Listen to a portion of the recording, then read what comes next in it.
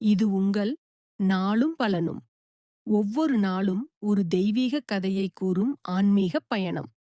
நம்பிக்கை, அறிவு, அருள் மூன்றையும் ஒன்றாக சேர்த்த கதைகள்.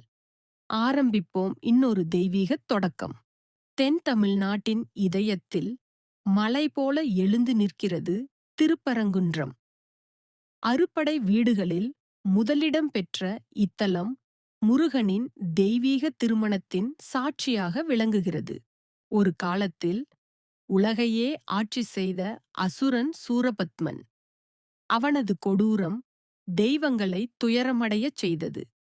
எல்லா தெய்வங்களும் சேர்ந்து சிவபெருமானை வேண்டினர்.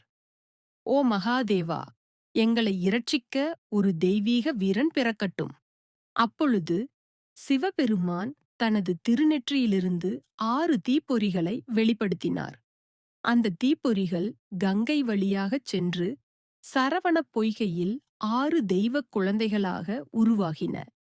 பார்வதி தேவியின் அருளால் அந்த 6 வடிவங்கள் ஒன்றாக இணைந்து தோன்றினார் ஆறுமுகன் முருகன். முருகனுக்கு சிவபெருமான் தந்தார் வேல், ஞானத்தையும் சக்தியையும் ஒரு சேரக் கொண்ட ஆயுதம். தெய்வப்படையுடன் மயிலில் ஏறி முருகன் புறப்பட்டார். வானமும் பூமியும் குலுங்கிய யுத்தம் ஆரம்பமானது. இறுதியில் சூரபத்மன் ஒரு மாம்பழ மரமாக மாறி மறைந்தான். ஆனால் முருகனின் வேல் அந்த மரத்தை இரண்டாக வெட்டியது. அந்த மரத்தின் ஒரு பக்கம் மயில், மற்றொன்று சேவலானது. சூரபத்மனின் அகந்தை கருணையாக மாறியது. முருகன் சொன்னார், "நீ என் வாகனமாகவும் என் கொடியின் சின்னமாகவும் விளங்குவாய்" என்றார். அசுரனை வென்றபின் தெய்வங்கள் மகிழ்ந்தனர்.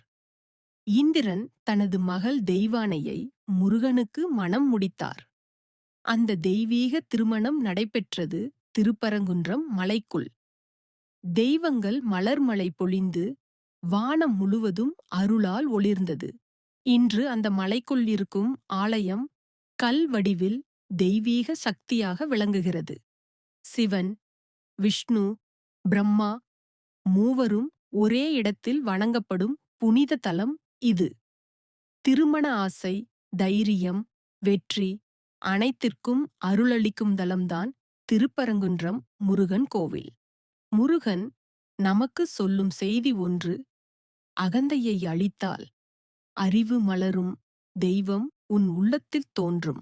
இந்த மாதிரியான தெய்வீக கதைகளை தினமும் கேட்க நாளும் பலனும் சேனலை சப்ஸ்கிரைப் பண்ணுங்க. அடுத்த வீடியோவில் இன்னொரு அருள்மிகு கதையுடன் சந்திப்போம். ஓம் சரவணபவா.